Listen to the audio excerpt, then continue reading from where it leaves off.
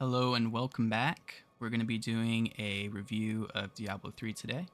So to start out, we loaded into the game on the Diablo home screen, and we're going to be looking at the different options you can choose from. We have the campaign, adventure, and at the bottom we have challenge rifts. To start out with, I think we're going to do the challenge rift just to see what it would be like to play one of the higher building classes. So this one is a Crusader.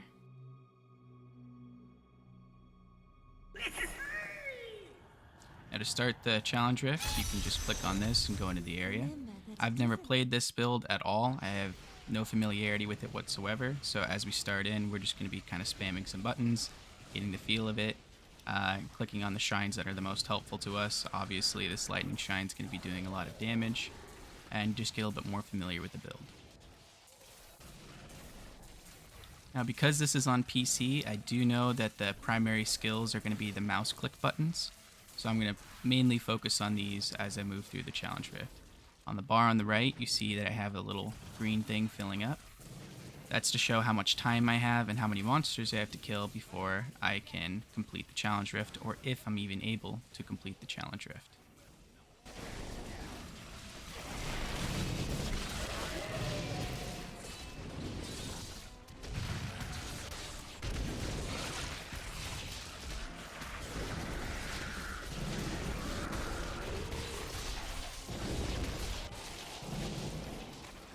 Alright, we've got somewhat familiar with the build, so we're going to go ahead and skip ahead a little bit and see if we manage to complete this rift in time after becoming a little bit more familiar with it. Alright, now as you can see, I have about 40 seconds left. Now as long as I can kill the final Rift Guardian within those 40 seconds, everything should be fine and the challenge rift will be considered completed. Despite having a little bit of time left here, you can see that the Rift Guardian does have a lot of health and it does hit pretty hard, causing me to die almost several times in this video. Alright, luckily we managed to beat it. After beating the Rift Guardian, it shows us our completed time. We go back and talk to the scroll over here, and then we're able to get the challenge rift. In order to actually open it up, however, we have to go into the game. The challenge rift is extremely valuable in starting out a new seasonal character, as it gives you a bunch of resources, gold, and crafting materials to start out your character. So, with that being said, let's look over the process of how to start a character. Now, as you can see here, I've got a couple of them already created. These are characters that I made at the start of a season. So as you can see here, you can choose between several of the characters. They have the Barbarian. On the right, it gives you a brief description of their main skills and abilities, as well as their health pool. I personally do not like the Barbarian very much, but if you're someone who likes to hit up close and personal, then that's the class to choose. Next, we have the Crusader. Crusader is also a very up close and personal class, although each of these do have other options for distance.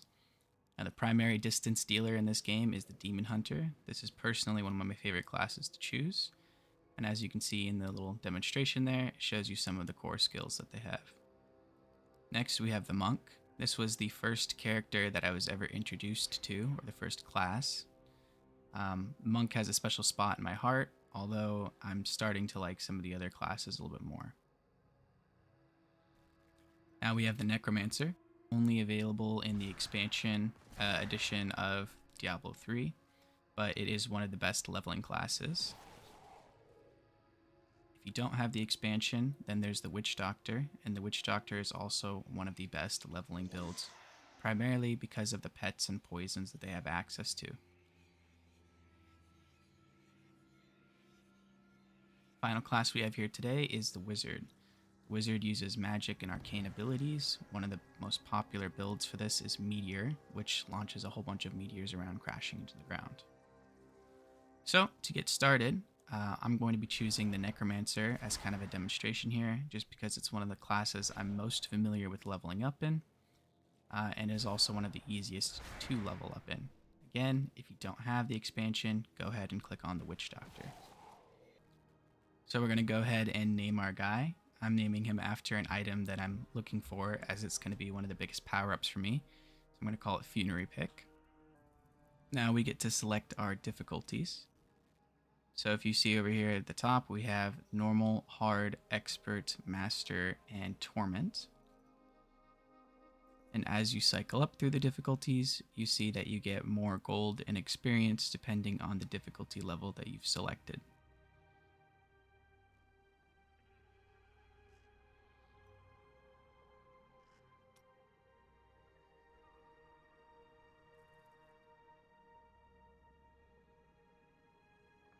Now the highest difficulty you can select before level 70 is Torment 6.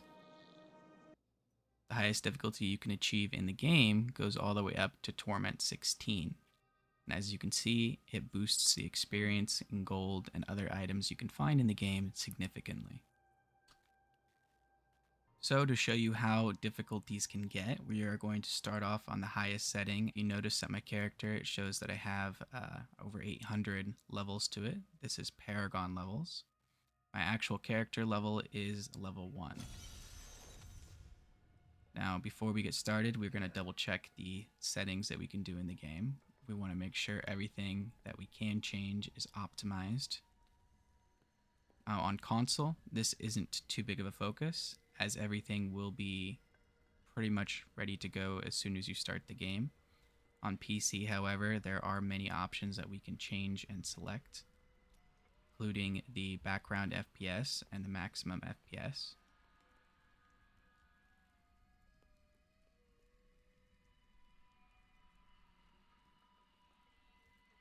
And since this is an older game, feel free to play on the highest graphical settings. It won't impact it too much.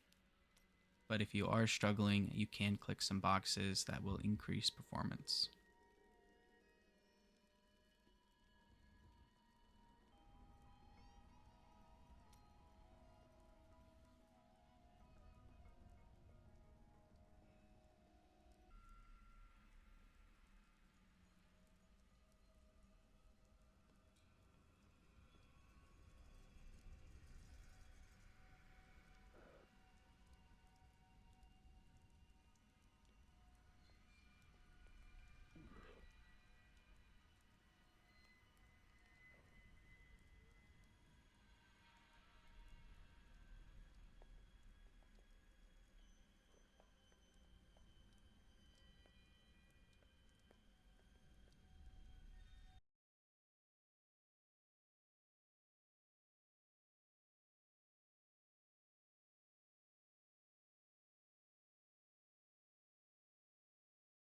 All who oppose us, beware. Press onward. Wait. Leave this place. Now to get started, we're going to select our map and we're going to look around at the various areas we want to go to. In this case, we'd probably be going to the main starting area, which most people do in the beginning of the season, which is Act 3. And then we're going to go to the ruins of Szechuan or Szechuan. I'm not exactly sure how to pronounce it.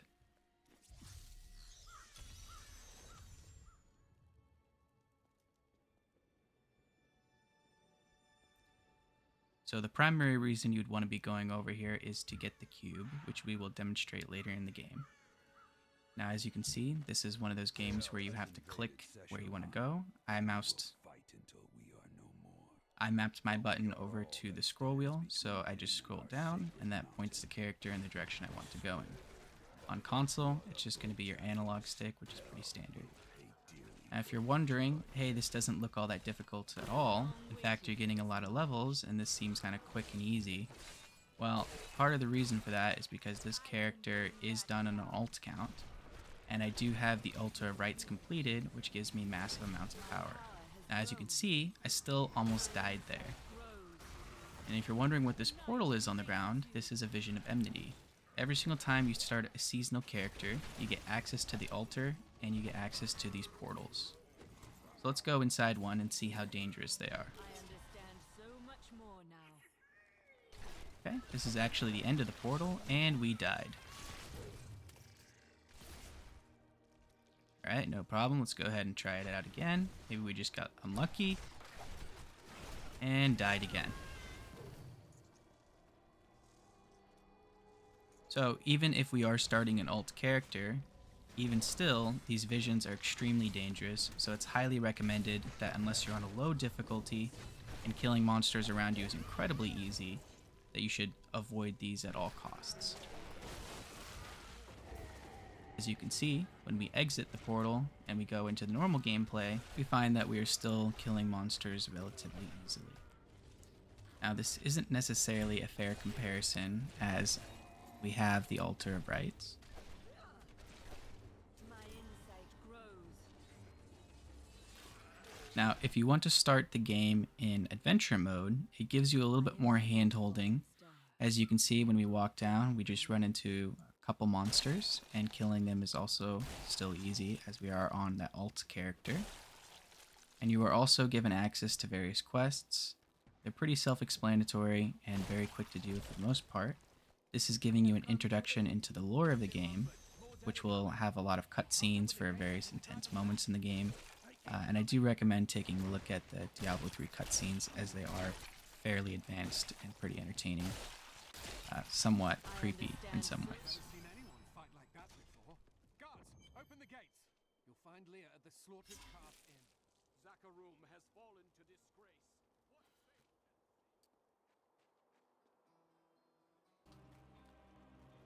Now, if you're new to Diablo, you may have heard me mention Paragon a couple times. What is Paragon? Well, Paragon are these levels that you earn after level 70 and can be stacked up, I believe, almost infinitely, or at least to 20,000, which I don't think hardly anybody could ever achieve. As you can see, they have these different categories. You can select what you want to spend your Paragon in, such as intelligence. If we look at our character on the right, we can see that we have damage. Now, our character does get more damage based on the amount of intelligence we have. On other classes, they get increased damage based on strength or dexterity. So let's see what happens when we put some Paragon points into intelligence and compare our damage.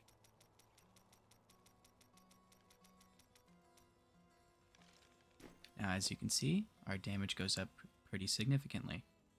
If we had started the game out with all of our Paragon points in, we would be much faster and doing more damage, healing a lot quicker as well. So this is an example of our character running around or moving in the game. As you can see, this is the base rate. I do have a little bit faster movement speed due to the Altar of Rights. But let's go ahead and equip it up to the maximum level we are allowed to using Paragon points. We get capped at 50. And we can see that we're moving significantly faster.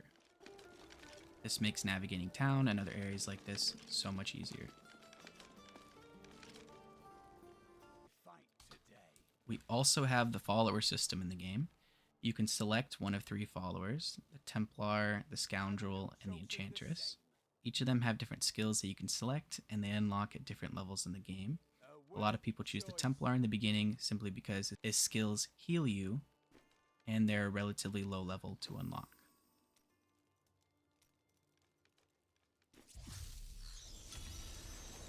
He does follow us in the game, and he will be doing damage and healing us out.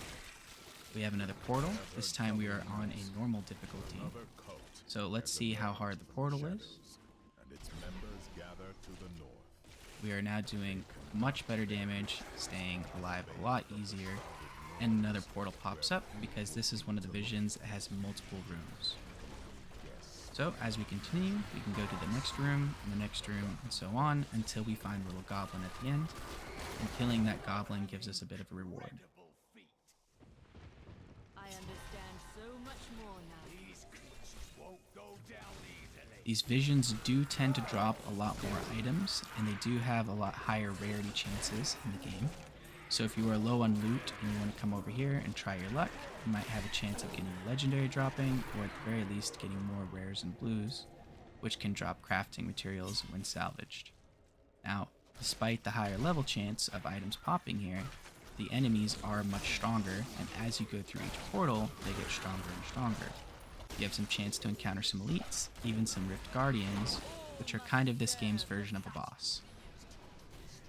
So, as you can see here, we skipped towards the end, where we had the little treasure goblin at the bottom of the screen.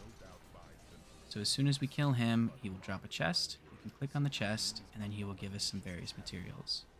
Now, the primary thing that he drops is bounty cache materials, which at one point in the game could only be done through completing the act bounties.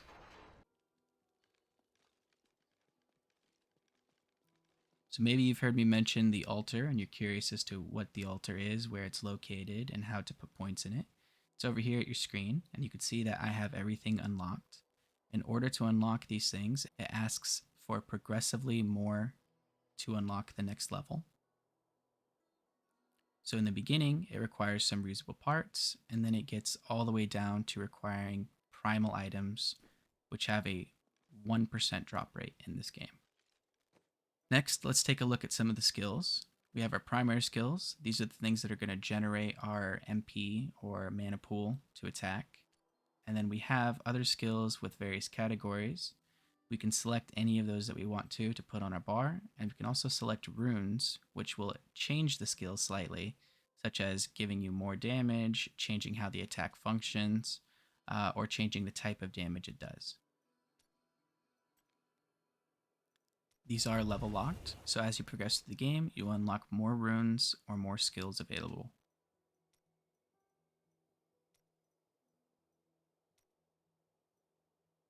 You also have access to passives. Passives unlock at certain levels as well, so go ahead and make sure to click some of those to put in. Now, because I'm playing the game before on seasonal characters, it's not really fair to show what it would look like, as the damage that I get from the altar is extremely high. So we're going to go ahead and do a hardcore character, as I have not done anything on hardcore before. I have no Paragon, no points, it is a completely fresh character. And we're going to see what it would look like to go through those same areas that we were at earlier, and we're going to increase the difficulty to expert, but far easier than the Torment 16 that we were on before.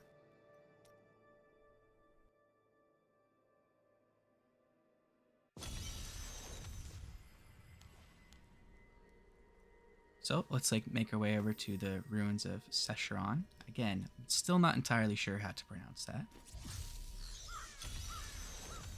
And we're going to go ahead and speed up the gameplay a little bit, as making our way through this area does take a lot of time, especially when a couple hits from a strong monster is going to make us restart our game. Hardcore is very unforgiving in this game. There is no way to save your character once it has died. So you see the screen went red right there for a minute, and that was my character almost dying and having to restart the game. Now, furthermore, when doing this hardcore run, I also didn't grab a follower, and I didn't use any additional little tips and tricks to make this hardcore character run a little easier.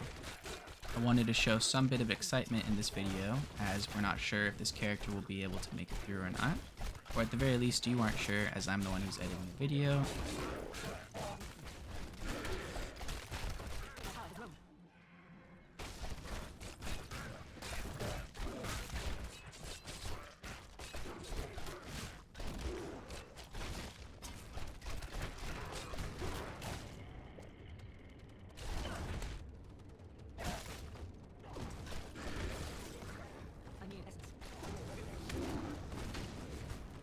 So, we're making our way over to the cube. After going through the first area, we have to find the second area there, which is the Elder Sanctum. At this point, I've almost died several times, so I'm going to go ahead and get my follower and get a healing spell on him, as well as taking some of the weapons, which he has that can do a little more damage.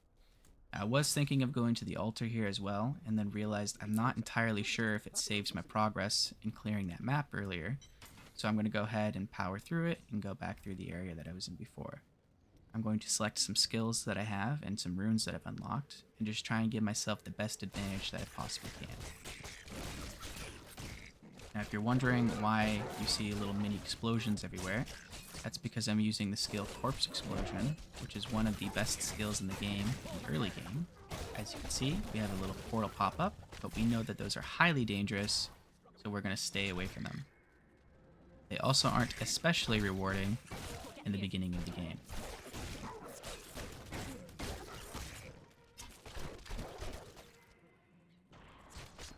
So, we're trying to find an item called Kanai's Cube, and on the way, we run into these blue guys, which normally are dangerous, but because of our handy skill Corpse Explosion, they are no match for us.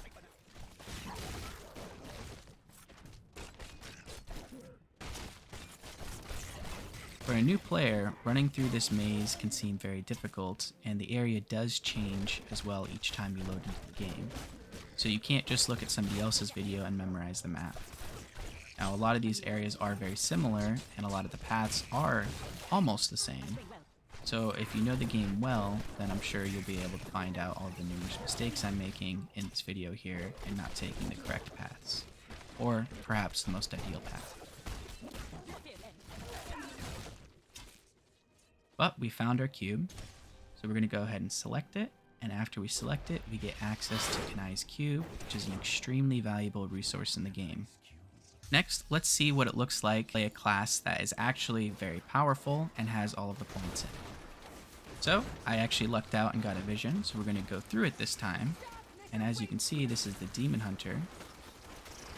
This is playing a multi-shot build.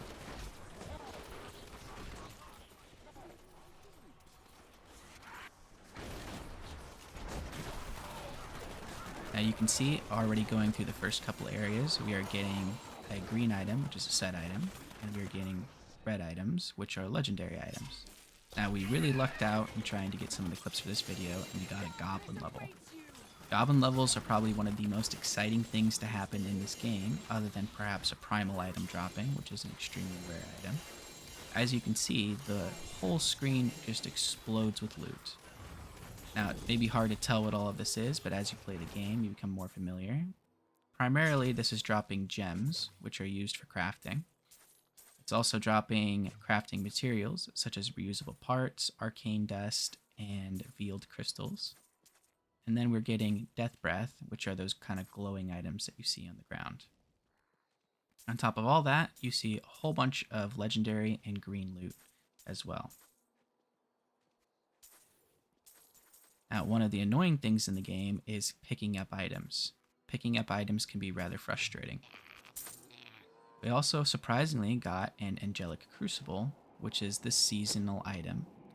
You can use the Angelic Crucible on an item to craft it into a kind of fake primal, and it adds a special ability. So you can see that I have one on my inventory on the bow. We're going to go ahead and reveal one of these items by clicking on it to see what it is. And then we're also going to go ahead and burn through one of these Angelic Crucibles, just so you guys can see what it's like to use it on an item. Now, in the process of doing this, I discovered that I actually got a Wraps of Clarity, which is something that I use for my build, and I'm going to probably put it in my stash later to see if I want to upgrade or not, or if it's even worth it. Let's try and use this Angelic Crucible. Once we click it on the item, we get a little bit of a warning letting us know that the item is going to be changed, and then we can see what we get.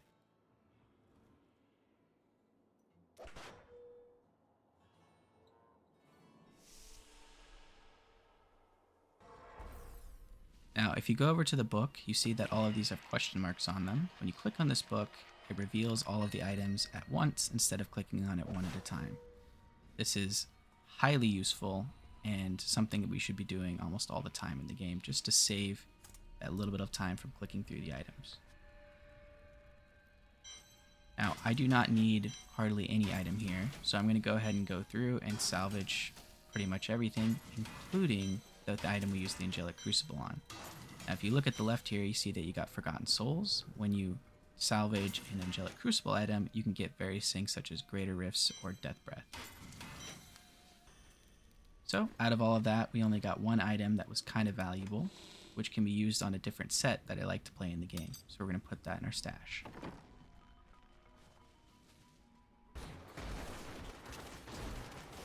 Now, as you can see, there are some glitches and bugs. This monster should be dead, but for whatever reason, I can't attack it.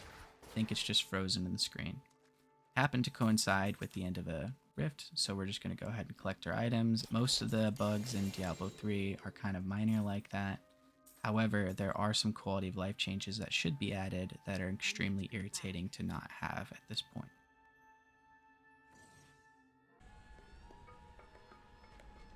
Tyrael, it's been interesting for me to see all of these places where you and the Nephilim journeyed. I've heard so much about your adventures with Leah and Cain. I almost feel like I was there. They were trying times. So as you just saw there, you will get some audio dialogue from some of the people if you just wait in town. Some of them are pretty amusing, um, others not so much, but it's fun to have pop up every now and then as you're playing a game by yourself and suddenly you hear some dialogue. So the next thing we're going to be looking at is the primary focus of the game, which is Nephilim and Greater Rifts. So we're going to go ahead and click on a Nephilim Rift and then run through. Now the reason you do Nephilim Rifts is primarily to get Greater Rift keys or Death Breath, although going through the visions on higher difficulty will probably yield you far better chances of obtaining Death Breath compared to going through a Nephilim Rift. Now if you look at that little bar on the right, you can see that as I'm killing enemies, this bar is getting filled. Once it reaches 100% full, we get the Rift Guardian that spawns in the game, so we can go ahead and skip there. And then now we just have to kill the Rift Guardian to complete the Nephilim Rift. The Rift Guardian drops some blood shards, some Greater Rift keys, and some gems. After we collect our items, we're going to go ahead and go over to Auric and talk to him to close the Greater Rift. Now there's a timer at the top of the screen, which is rather annoying, so if you want to go into multiple Nephilim Rifts, there's no possible way to do it quickly, as you have to wait for this timer to close. Now, most people tend to use this time to loot through some of their gear and see if they have anything that they want to keep or not. So we're going to go ahead and do that and salvage pretty much everything.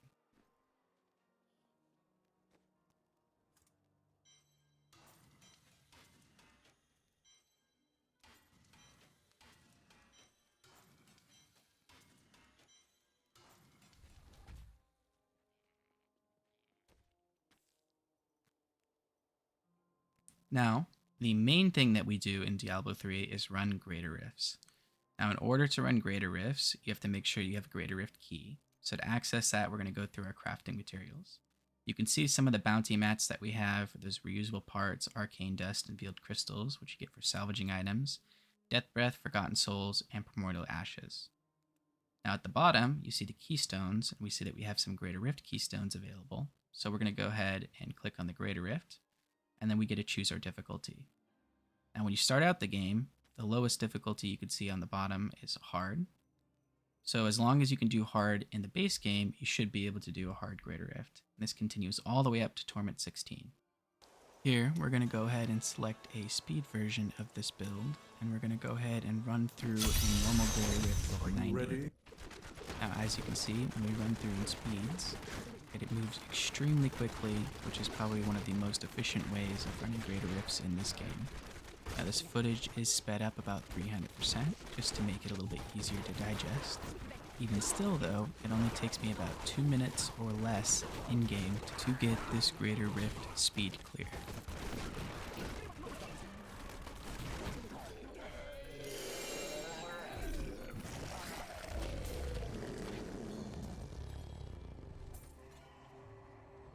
I'm here to help.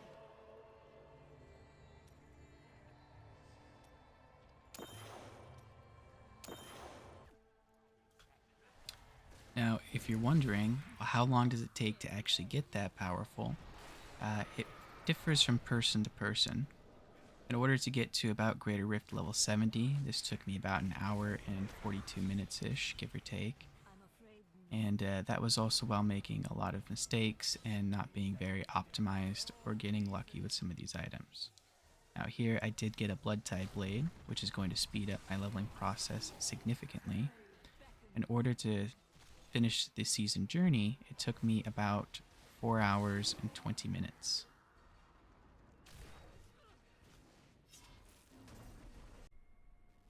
To finish up this video, I linked my PlayStation account so I can get some of the video and footage of PlayStation users as well. Now, PlayStation is my primary way of playing Diablo 3, however, it was very difficult to get a lot of this recording. As you can see, I've got a lot of different classes going and a lot of different builds. I think it's important if you're playing this game to try out many different classes, as some of them play extremely differently. So as we watch some of the footage of this Crusader going through the Greater Rift, let's go ahead and finish up the review. In terms of a fun scale or fun factor, as with all of these videos, I like to use something unique in the game to rate how much fun it is. In the case of Diablo, I think it's only fair to use a Torment scale. Torment 1 would be the most boring game ever, and Torment 16 is the most exciting game you've ever played. Now, as a caveat, we're going to have two separate fun scales. The first one being for the first 2 weeks of the game or the first 2 weeks of the season, as I find that's when it's the most fun and the most enjoyable. So, in the first 2 weeks, Diablo has a fun scale of about Torment 13. It's incredibly fun to get your build going. It's so great to get those items that you want and have those special stats in the beginning that really impact your build, and to see how powerful it grows is just tremendously fun. Now, as the game goes on, it starts to slow down a little bit. In that case, I would give Diablo a fun scale of about Torment 6. It really starts to drag on, and you end up just doing greater rifts over and over and over again, which is very monotonous. When talking about the specs in the game, in terms of how the game runs, Diablo 3 runs tremendously well, as it's had a bunch of work over the years. There's still the occasional bug, but it doesn't really impact the game too much, and the bugs that are in the game, overall, are not going to ruin the experience. Graphically, the game could use some updates. However, at this point, Blizzard has stated that they will no longer be updating the game and are focused on just maintaining its current state. There's a lot of quality of life changes that should still be added into the game, and some of these have been very frustrating, as players have been asking for many years to get these added in, but so far have had no response. Lastly, we'll take a look at our surprise rating today, which is going to be about Blizzard. Now, Blizzard is a studio that's had its ups and downs over the years, and they've certainly seemed to have had a bit of an issue connecting with their player base. In terms of Diablo 3, they were at one point very attentive and have no longer responded and such. So we're going to go ahead and give them a rating as well. In this case, we're going to rate them based on the goblins in the game. You have your standard goblin, which is the worst, the gold goblin, second best, the green goblin, which is one of my favorites, but we're ranking this as third, the blue goblin, which is very rare and exciting, and then lastly, the rainbow goblin. Now, as a gaming studio, I give Blizzard a scale of a gold goblin, which is accurate, as they seem to be very gold obsessed. Thank you for sticking with me and watching this video. I will be uploading some more videos shortly in the future. I'm thinking about uploading some how-to guides for Diablo 3 and to explain some of the very complicated mechanics in this game, as well as uploading some how-to videos and how-to guides on Assassin's Creed Odyssey. In the future, I will be uploading some more videos in the Assassin's Creed lineup, as well as any other RPGs or ARPGs such as Diablo 4 and Last Epoch. If you have a video suggestion, or if you have a game that you want me to try out, just send me a comment and I will look through those and get to it as soon as I can.